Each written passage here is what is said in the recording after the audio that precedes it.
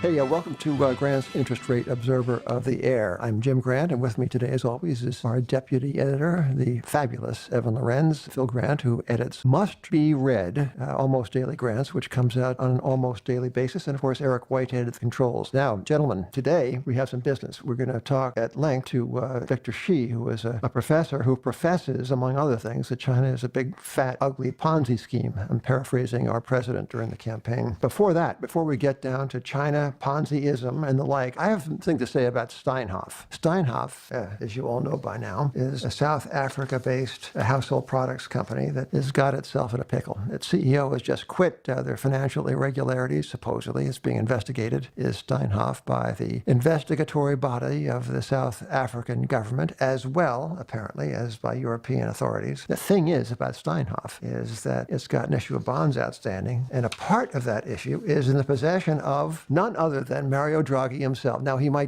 think he's doing business with the European Central Bank, but it's Mario Draghi who has instituted this bond program. It's Shakespeare say, is gross as a mountain, open, palpable. He was talking about lies, Shakespeare, but I'm saying this with respect to this bond buying program. Gross as a mountain. Evan, how much corporate debt has the European Central Bank bought? 129 billion euros. I think that's right. Yeah, right. I asked the question, I answered the question. I can't wait for it because I'm so mad about this. All right, so the ECB owning a bit of this security, and these are the, for keeping score at home, these are the Steinhoff 1 7/8 of January 24th, 2025. Now, Evan, what yield would you guess this issue came to market? For a clue, it's rated Baa3, which is kind of 1 foot in junk land, 1 foot in investment gradeville, and it came at a price to deliver. Well, the U.S. Treasury borrows at 2 and change, so I figure some spread above that, maybe 4 or 5%. Phil, will you care to hazard? Well, it is a bull market, so let's shave off a few basis points off of that, and we'll call it 3.5. Eric is shaking. He's not sure. Yeah, no, Eric is going Speechless. Yes. Well, you should be, because the Steinhoff 1 7/8 of January 24th, 2025 came to market at 99.444, a price to deliver a yield, I guess, 2% thereabouts. Now, this bond, this Steinhoff 1 7/8 of January 24th, 2025, was doing business in the marketplace at a price of 90 or so. Just about a week or two ago, yeah. Yeah, and lo and behold, there are the aforementioned investigations into the this and that alleged irregularity. The CEO who resigned is apparently long a boat full of common shares, heavily margined, and there's some question about a downgrade. Naturally, there would be. So this bond goes from 90-something to 60 something, just like that. It reminds me a little bit of Toys R Us. Right, the security that languidly traded in the summer at about 93 or 94, and there were rumors of so-called restructuring. Not Toys R Us. And you woke up one morning and it wasn't a 90 number, it was a 20 number, right? I think the bonds went from 90-something to 20-something, which are signs of a not well-tempered capital market, gentlemen, when this can happen to a perfectly, apparently, sound investment-grade security. Somebody's not watching the shop. And to top it all off, the biggest stockholder in this thing is none other than the government employees' pension scheme in South Africa. Great, right? So the working stiffs of South Africa own this security, and the pensioners, and this is a bit of a stretch to make this comparison, although the South Africans are truly on the hook because the Public Investment Corporation owns a 9.7% stake of Steinhoff, so they're really in the soup. And in Europe, they own a fraction of a piece of a fraction of this thing, the bond that is, and it won't even show up on the audit of ECB if there ever were such. I don't know. They audit ECB? Who knows, right? Yeah. I think I finished my sermon, but I'm still mad. Yeah. Well, actually, in a way, the commercial banks in Europe will bear the loss. So the ECB is going to pay off the loss to the banks that make up the ECB, the national central bank. So like the Bank of Finland, the Bank of France, but they charge a negative deposit rate on the banks for excess deposits. So the banks are getting charged a fee that's probably more than enough to actually cover the loss in the security. Yeah. Well, the Bundesbank, of course, holds the biggest portion of the ECB's capital, so it will bear the principal loss, such loss as there might be. Again, the loss is going to be microscopic in the scheme of things. Mr. Draghi has bought so many securities, this is not going to even show up without a microscopic telescope or something, but it is at least illustrative of what can happen when public policy meets credit risk. This reminds me also, it's kind of an echo of something that happened in this country around 1989, 1990. There was a company called Ohio Mattress. I guess it was Sealy, then Ohio Mattress. It was an LBO project of the first Boston corporation, and woke up one morning and Ohio Mattress was not shipping to Robert Campos, was the owner of, or the principal, the CEO certainly of a leveraged retailing organization. So one arm of the first Boston corporation's leveraged business model was not shipping to another because of credit risk on one side, and certainly there was credit risk on the other. Well, anyway, that will complete this somewhat meandering but still impassioned editorial commentary on the state of the world with a polluted, yes, Mr. Draghi, a polluted capital market, and thanks for that. All right. We have today a special guest in Victor Shi, who is an academic who is of this world. He is an associate professor of political economy at UC San Diego, but not that is not in and of itself the proper and great credential, but he's also a student of markets and observer of finance, and he's applied these studies and observations to China. So we're going to talk about China with Professor Shi. Victor, may I affect a friendship and intimacy I only aspire to by addressing you as Victor? Come on. Good. Okay, yes, great. Yes. Let's get that out of the way. I am only a professor. No, see, around here we have a kind of a thing about the PhD standards, we call it, because the Federal Reserve System is overpopulated with aspiring NASA physicists who had to get a degree in economics instead, and they apply their somewhat witchcraft-like expertise. Anyway, enough of that. That's a rabbit hole we have gone down too often. I'm going to ask Evan Lorenz, who is the staff sinologist. Evan also specializes in the Caribbean and South America and Europe and the Antarctic regions, but he is also our sinologist. So Evan, please address your first question to Victor. So Victor, in your most recent paper, you wrote that China's annual debt servicing expense has exceeded incremental nominal GDP every year since 2012. And you write that China as a whole is a Ponzi unit. Is China set up for near-term financial calamity? So, this is a very tricky question and one that people have asked me for a very long time. I think domestically, they have very few constraints just because the Chinese government controls nearly all the banks in China, and they basically order the banks to roll over the debt of distressed borrowers on a very large scale. So as long as the central bank continues to print money and give it to the banks can continue to roll over the debt of distressed borrowers. So there's no near-term, at least, trigger for a crisis from a domestic perspective. But I think if you look at a larger picture and consider, I would say, even at $3 trillion, China's foreign exchange reserve actually is small. And I can get into why I think that, as well as the rapidly growing external debt of China. I think that's where you find the constraints. I wouldn't say it's a near term, but definitely risk will get much larger on a 2-3 year horizon.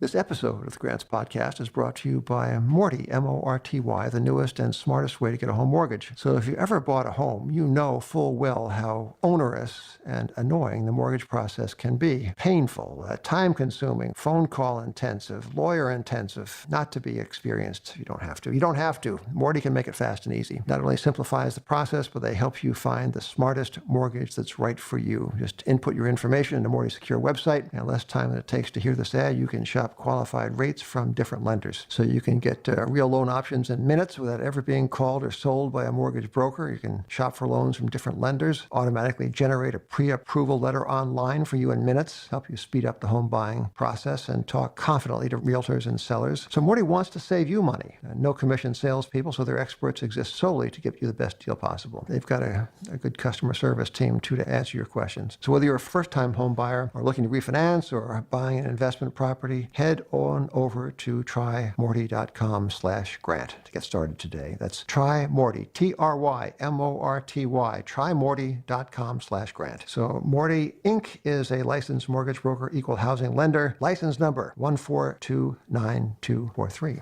Victor, could you elaborate a little bit on this citing about debt service in excess of available cash flow and the Ponzi-like nature of that going back now, 5 years? You begin to wonder how long the long term is. But before we get into the when question, please describe for us the how question. How is it that they do this? So by my calculation, debt, non-financial debt, that is debt that has been borrowed by non-financial institutions, is now well over 300% of China's GDP.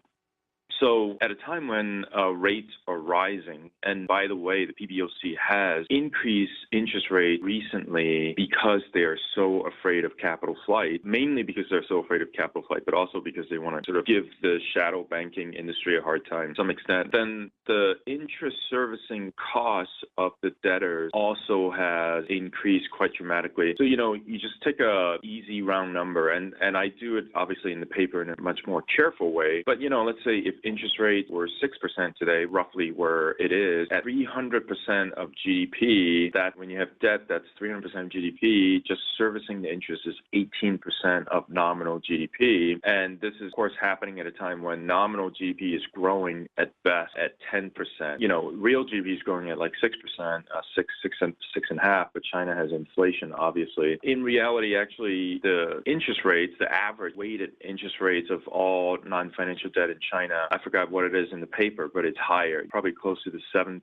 So then you have, nominal interest servicing that is over 20% of nominal GDP and growth of 10%. So by definition, new credit would have to finance this. Well, new credit, or as someone pointed out, some other sources, savings or something like that, would have to go toward finance just the interest payment. And to me, that makes the entire Chinese banking system sort of a Ponzi scheme, because it is not able to generate new income in the economy to even service the interest payment, just sort of the classic definition. Victor, for it's a truism, of course, in bookkeeping that for every liability there's an asset, and these debts are someone's liability, but also someone's assets. Who is receiving these interest payments, and what percentage of those recipients are domestic and indigenous, and what percentage external? So the interest payments are received by mainly the Chinese bank, directly or indirectly. And then, of course, ultimately, so the banks take some of it as its net profit. So do other financial institutions like trust companies and also brokers, increasingly very important players in shadow banking. But of course,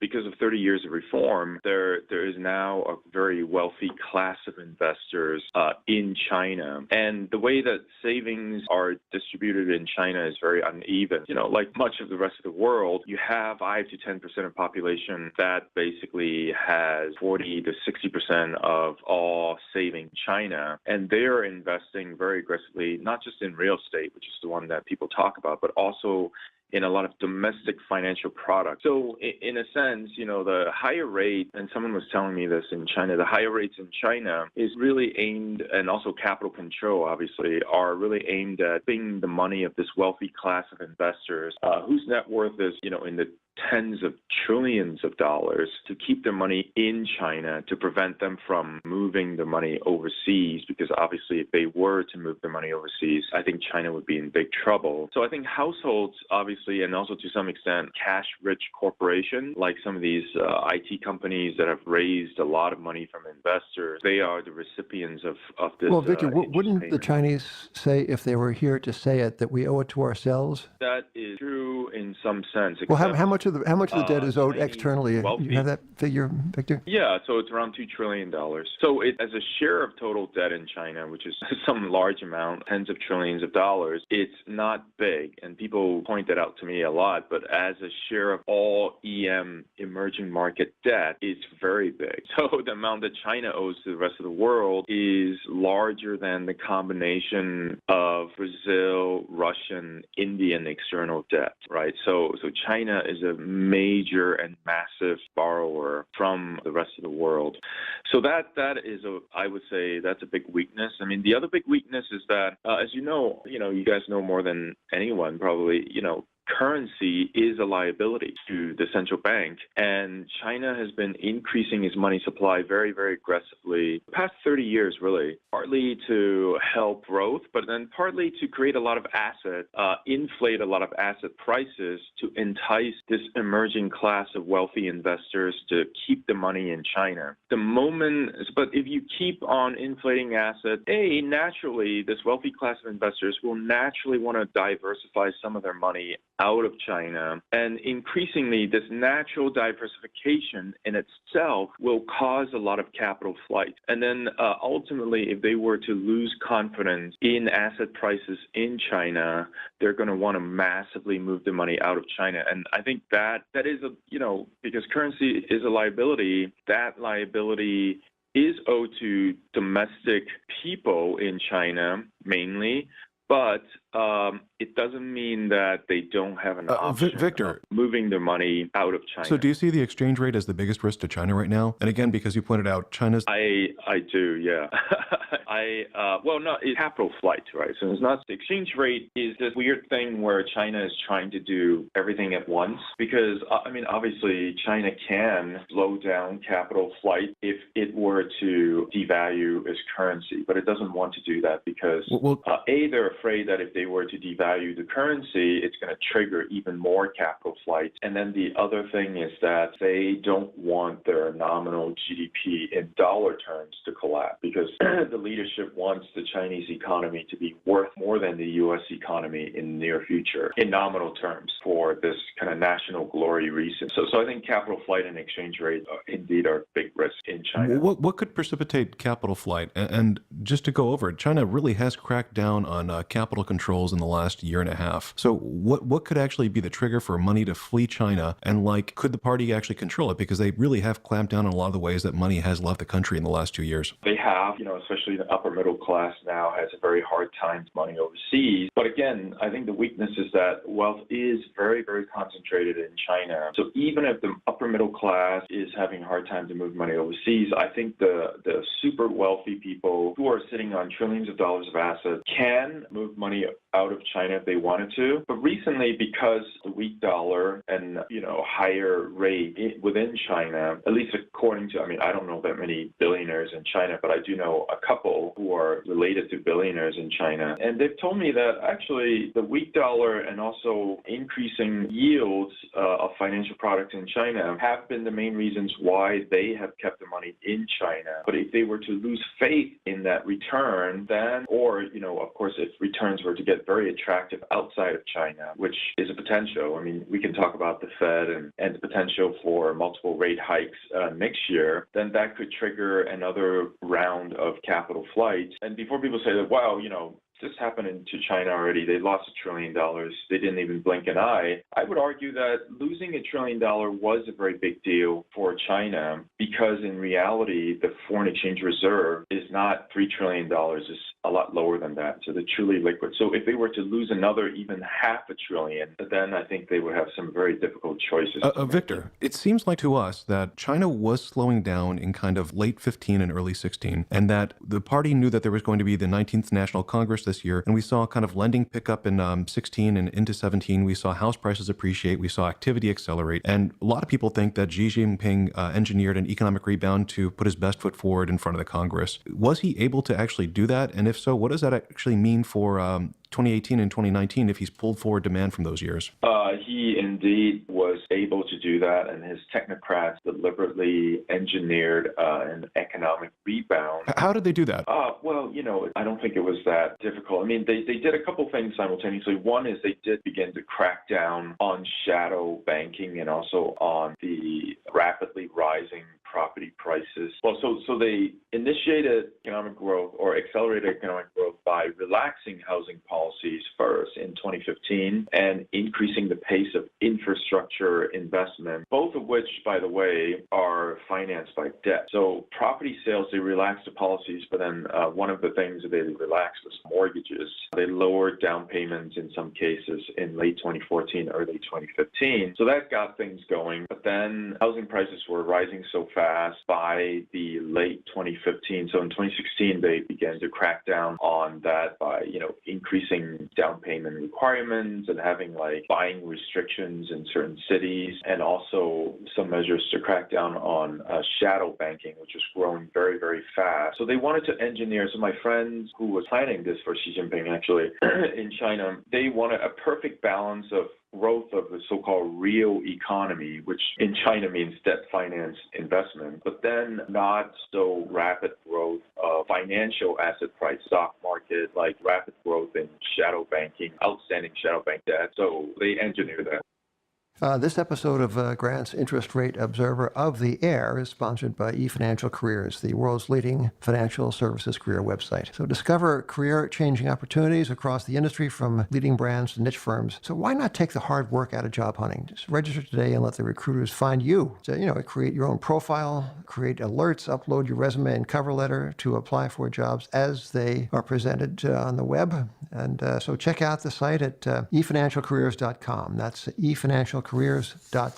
Victor, one last thing, if we may. I think that the fundamental insight you have had with respect to the nature of the Chinese enterprise, you call it a Ponzi scheme, because, as you point out, that cost of debt finance is rising at a faster rate than is the nominal GDP with which to service that debt. It's been going on for 5 years, we read in your work, since 2012. This must be among the longest running Ponzi schemes ever. When will it end? I really think, as I alluded to at the beginning, the big vulnerability is the increase in money supply in China relative to its foreign exchange reserve. So already the foreign exchange reserve is only 10% of money supply in China. Right. And with every year, that ratio is going to shrink because certainly foreign exchange reserve, even if it grows by a couple $2 billion as it has done in the past couple of months, it is nothing compared to the trillions of dollars increasing money supply every year. And to give you a sense, I think this year Chinese money supply will grow by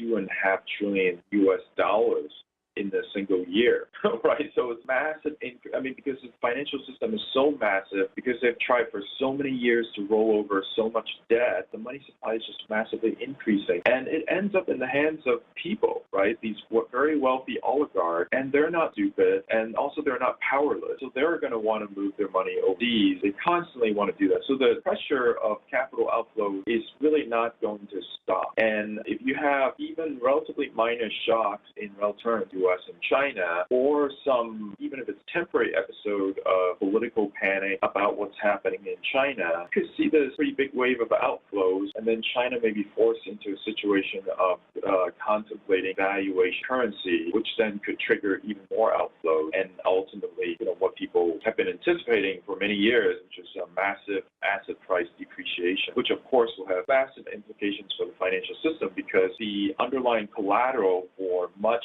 of the credit in the system are land and property. So if land prices and property prices were to collapse, not a true collapse, but even if it were to go down by 30%, it would render a lot of credit in the financial system. Okay, so Victor, I have only one request. This has been great, and I thank you for it. One request, and that is we just want 2 weeks' notice before it happens. 2 weeks. 2 weeks notice. Okay. Right. You know our number. Thank you. Great. Thank you, Victor Shi. It's been fabulous. Thanks for being on the Grant's Interest Rate Observer of the Air.